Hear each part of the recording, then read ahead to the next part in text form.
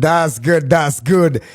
Tunafurahi sana kuwa na wewe wakati huu. Karibu sana Tanzania, na wakati huu unazungumza na Watanzania kupitia Hatima FM Radio 107.7. Tuko Arusha, lakini pia tunasikika vizuri kabisa mkoa wa jirani unaitwa Kilimanjaro. Hivi show kufika Tanzania kweli? Hapana, sijawahi. Hujafika tu kabisa Tanzania. Sisi majirani zenu kabisa. Tunawaita mashemeji. Hivi kwa nini tunawaita Kenya mashemeji zetu?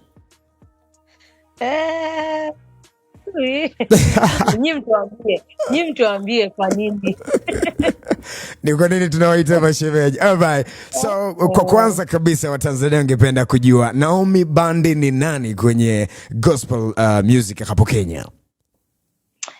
Naomi Bandi, majina yangu kamili ni Naomi Bandi Shimuli.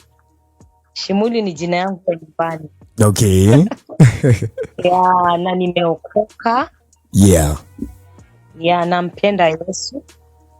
Okay. Na mimi ni mhudumu wa nyimbo za Injili. Yes. Na as a worship leader actually. Okay. Kwa kanisa ya Grace Arena Ministries chini ya uongozi wa Prophet Apostle David Ousu. Okay. Ya, na nimekuwa nikihudumu muda I think tangu nizaliwe. Tangu ukiwa mdogo umezaliwa madhabahuni, unaendelea kumtumikia Mungu. Hata Sunday school, everywhere. I think my life imekuwa kanisa na kuhudumu tu. Oh, that's good. Na waimbaji wengi sana mara nyingi sana huwa wanaanza kwenye kwaya. Mtu akishaona Mungu ameweka kitu ndani yake, ana uwezo wa kusimama mwenyewe kama solo artist. Kuna namna fulani anaweza akaanza kujitenga na kanisa, akafanya vitu vyake. Kwako wewe iko vipi? Utaendelea kuwa mwaminifu kweli?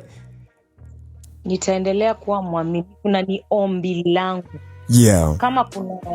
Kama kuna maombi wanajiombea kila siku, naambia Mungu nisaidie nibaki kwa ile njia ambayo nilianzia ndani, sikusahau. Unajua wakati mwingi Mungu akishaanza kutuinua, akishaanza kutubariki, kiburi kidogo unaanza kusahau. Yani hata unaona ni kama Mungu hajakusaidia, ulijisaidia we mwenyewe. Kabisa ya.